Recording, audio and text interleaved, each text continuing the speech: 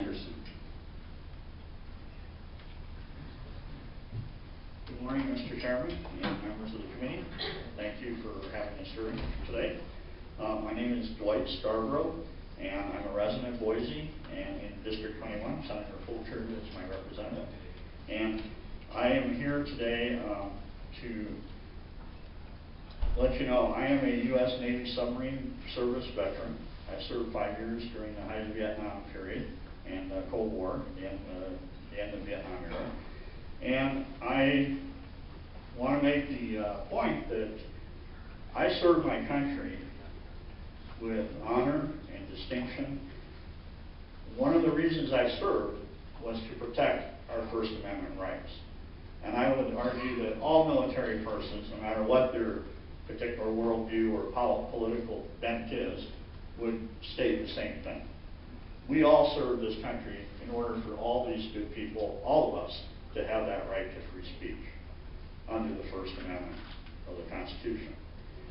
And I have spent a lifetime since the military serving my country as a federal employee for a natural resource agency. And I proudly serve, as I would make the case that all people who serve in our society today have the right to have access to address their grievances through the government under which they live. I don't often feel as a progressive voice in this state that I'm well represented. I am in the minority most of the time in a conservative state, and that's fine. That's part of democracy. And I have the right to address my senators or my congressmen or in federal or state level. But I want to say in particular, I am also a member of the National Group Veterans for Peace, and I very much care about veterans issues and our right to speak up.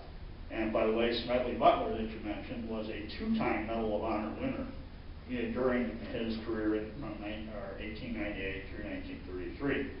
So he had quite a voice. And I wanted to say that with the Occupy, I set up a tent, which a previous speaker showed you the picture of, to support somebody who was able to be there full-time. I have a job. I work full-time.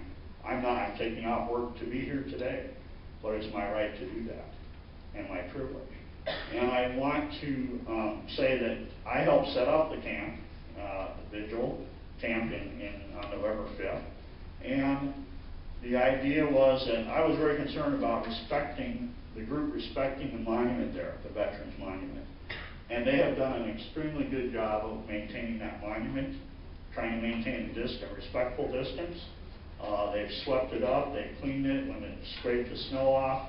They've provided flowers every day and tried to be very respectful and mindful of what that monument represents. And I'll wrap up with what I think that monument represents. Now, I realize that people who have loved ones there represented on that wall may not agree with me, but I believe that those people who have given their lives the ultimate sacrifice to allow First Amendment rights and other rights under the Constitution, I think they're more than happy to have people there who are representing the voice that they no longer have, whether they agree with that voice or not.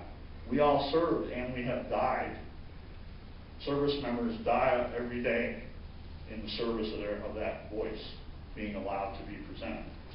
So I would encourage you all to vote against House Bill 404 because it is absolutely an attempt to step on our First Amendment rights as protected by all of us veterans, current and former. And with that, I will respectfully end my comments. Thank you. Any questions from Mr. Scarborough? Right. Thank you very much. Thank you. Alan Anderson and then John McMahon.